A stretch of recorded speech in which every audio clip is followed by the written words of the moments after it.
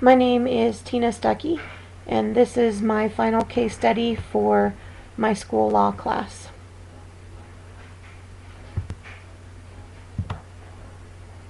The problem that I found with this case is that a possible internet threat has been made against a staff member at my school, and as a building administrator, how will I deal with this issue?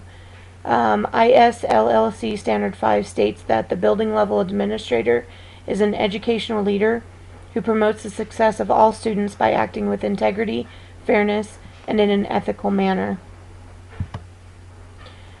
We do know that the community is Roosevelt High School is an affluent school where students have the financial means for the newest technology. We also know that parents are educated professionals and that parents have complained about Miss Walker's class and teaching style. It seems that she is producing a lot of anxiety in her students, and they have high standards for themselves for making good grades and high academics, and their parents do that as well.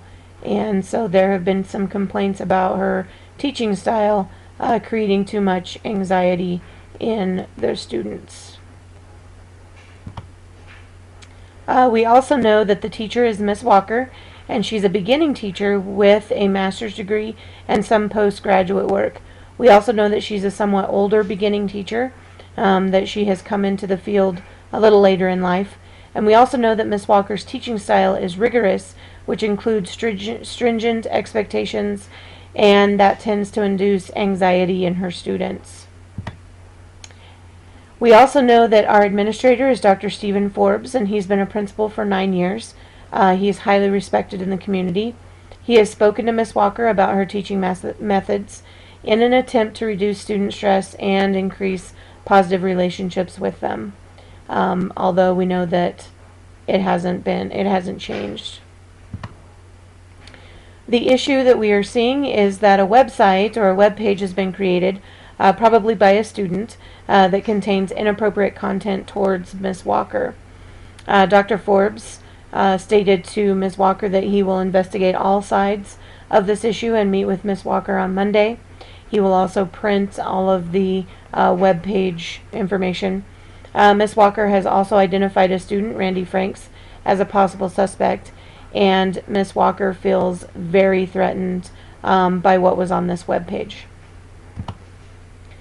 What we need to know is, I definitely need to know possible problems that Ms. Walker has had with specific students, problems that have arisen within her classroom and possibly without. I also need to know if the website in question was developed at school, because if it was developed at home versus being developed at school, those are two different issues when looking at your building technology internet use policies. And finally, I need to know if there exists any legal issues surrounding the content on the webpage and to Ms. Walker. Things like defamation of character or libel issues. We also need to look at the freedom of speech in this case as well. The problem, based on the facts that we have seen, is that a website or a web page has been developed that threatens Ms. Walker, that she feels threatened by. We know that problems exist in Ms. Walker's classroom that create high anxiety for the students, which could be one of the main reasons why this web page was developed. Furthermore, Ms. Walker has been asked to change her teaching strategies, which she has not done. My plan of action would be to, first of all, speak with Ms. Walker in my office on Monday morning with the building superintendent. This will ensure privacy in the matter, and this will also help Ms. Walker feel the administrative support and the support of the school. I also need to consult the technology director at our school to determine if the website was developed at school and attempt to determine where it originated from. We will need proof as to which student did this and where they did it from. This will help with the discipline of the students following the district's internet use policy. This will also help us identify the students involved. I will next have to contact a school attorney for possible legal issues. This may be a case of libel if the website contains statements of defamation of character. and we must be careful not to violate the freedom of speech or expression in this as well. I will also then need to begin interviewing students who may be involved or those who may know those who are involved, starting with Randy Franks, who has been identified by Ms. Walker. It is important to find those involved and discipline them as quickly as possible. And as we have studied, there in most schools have a zero tolerance policy, and that may possibly come into play here as well. It's also important to understand that the student side of this issue is important as well. There has to be a reason that the students felt that they needed to go this far. And absolutely, the web page needs to be removed because of the content that is there and the feelings that it induces in Ms. Walker. In order to resolve this issue, once a student or students have been identified, I need to proceed with disciplinary actions. This will depend on the district internet use policy or violation policy, as well as any legal charges that may come up with this. I need to meet with all the students and their parents concerning their actions and their reasons for creating the website, or one student as the case may be. I also need to meet with Ms. Walker and inform her of the disciplinary actions that were taken. I want to also speak with her concerning the students' reasons for creating this website, that there are some issues that we need to face. I would also like to help her develop a plan of strategies for her to use in her classroom in order to ease the anxiety of her students. And I also would like to assign a mentor to guide her in this plan.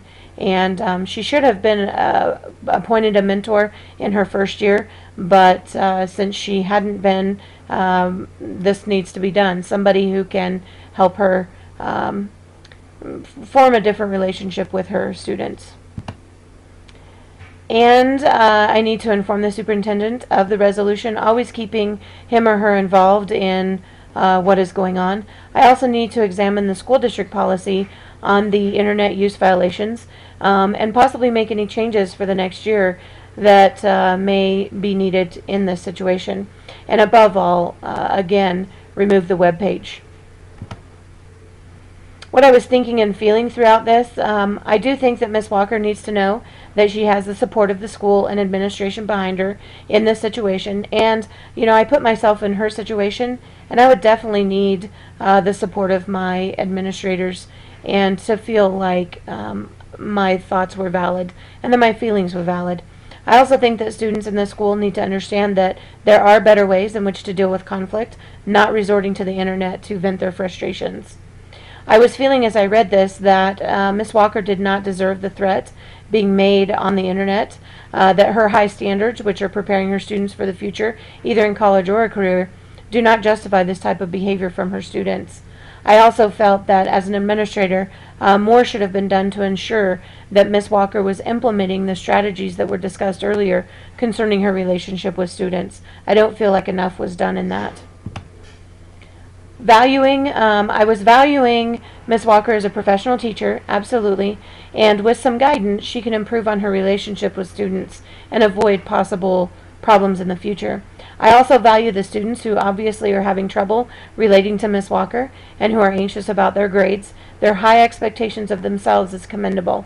I also value the importance of technology in our society. It is becoming more and more prevalent in everything we do. However, it also needs to be used in a positive manner, and it needs to be regulated. And our kids need to know that they can't just turn to that when they have a problem. Further investigation, some other questions that I need to look at is I need to make sure that this is not happening to any of our other teachers. I need to also look at the possibility of criminal charges that might or might not be need to be pursued. I also need to survey my students and talk to them and find out about student and teacher relationships in my school to better understand my staff and my students and find out what some of their issues are and some of their frustrations at things.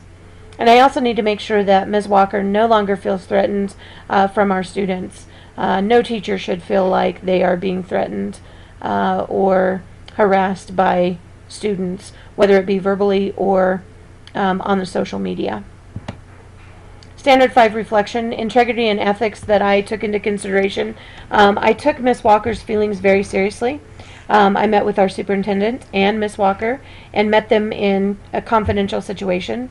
And I began an investigation into the website with the technology director and the school attorney. Being fair, equitable, with dignity and respect, I respected both Miss Walker and the students' feelings that may have led to this incident. I also launched an investigation to find proof of the students involved or student involved. And I'm treating all parties in a fair and respectful manner. Personal and professional code of ethics that I feel like I followed in this is to demonstrate a true concern for Miss Walker, placing myself in her position and acting quickly to address the situation. I also feel that it was important to meet with Miss Walker to help her develop better personal relationships with her students. I also felt like it was that I needed to listen to the concerns of our students in regards to their feelings towards Miss Walker or any other teacher. I also followed district policy concerning internet use violations and changed such policies if it's needed to ensure that this situation does not occur to another staff member. And I also worked with the chain of command by involving the superintendent and our school attorney. The resources that I used were R.L. Green's book, Practicing the Art of Leadership, and Nathan Essex's book, A Teacher's Pocket Guide to School Law. Thank you.